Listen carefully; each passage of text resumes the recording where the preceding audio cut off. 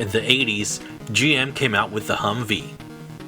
The vehicle was used in the Gulf War, and it was such a success that they made a civilian version, the Hummer.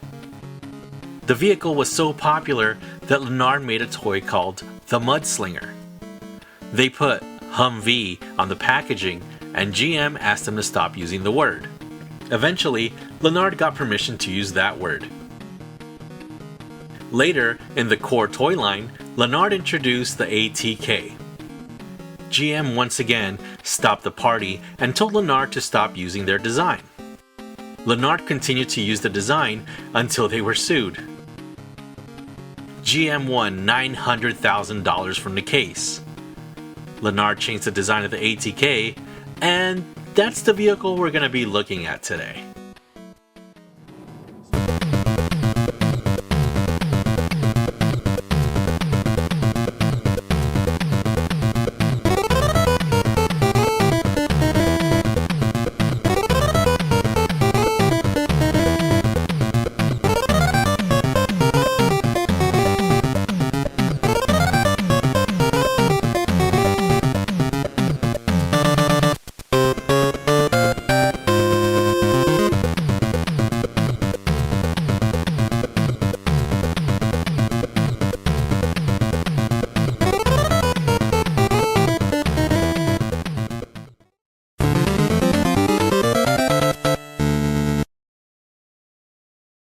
I'm gonna get right to it.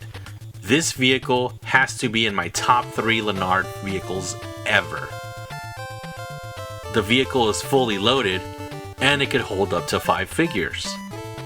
The driver, passenger, 2 in the back, and 1 on the rear gun. Let's get to the features.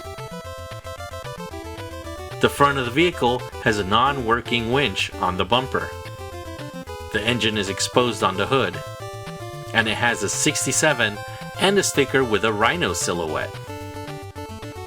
The driver's side has a sticker with 421127, another 67, HV, and another rhino with a 35. Above that, there's a rope and maybe a gas cap. The rear has a non-removable gas can, a non-removable spare tire, a tall antenna, and the bumper has a tow hook. On the passenger side, we get an axe and a shovel above the rear tire. Typical Lennard fashion, there are no other stickers on the non-show side, but at least we get a bit of silver paint. The roof has 2 hatches, a couple of loops, possibly for air towing, and 2 antennas. The rear has a roll cage and a bolted down turret on a diamond plated floor. The inside of the ATK has a steering wheel that doesn't move, some dash details, a tiny gear shift, something that could be a compass or it's just a circle screen, a compartment, and a hole that could have had a longer gear shift. The back is a diamond plate platform. The ATK comes equipped with a floodlight, machine gun, and another machine gun on the rear turret. The figures fit very nicely in the vehicle, and they look great. But even though this is probably the coolest thing in the new recruits, there are a few nitpicks, and those are a little bit of a disappointment. Now, this isn't anything new, but the hands fit loosely on the gun handles, but at least they are close to the right size. The passenger seat has no way for the figure to stay in place, so that figure is going to be loose. The tow hook is pretty useless when it comes to the Corps toys, but you can tow other toys around. The vehicle could have used some foot pegs to hold the rear gunner, and maybe some on the rear bumper for pointing the gun forward. Other than that, there's no real complaints. The hatches have clips so they hold tightly. The floodlight can turn all the way around. The roof machine gun is on a ball joint and can move up and down and all the way around, but it is hindered by the floodlight and antennas. The rear gun can also turn all the way around, but it's also hindered by the antennas. It can also ratchet up and down. The front doors are suicide doors and they open. Does this ATK look like a Humvee? Well, kinda. Maybe not as much as the previous version though.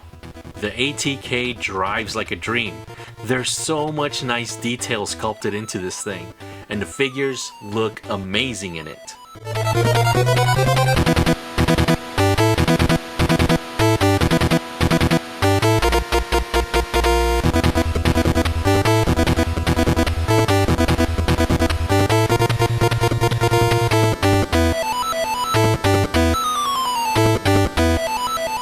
I hope you enjoyed this review of the Corps New Recruits ATK, and stay tuned for more Corps reviews.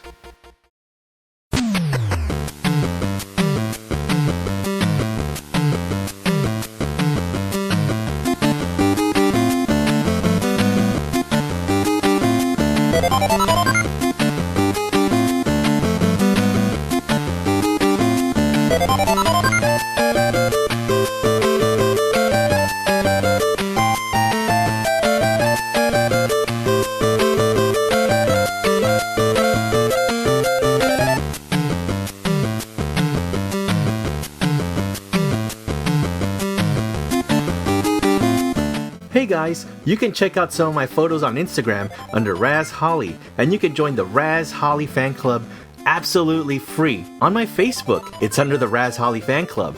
Check it out. Thanks for watching.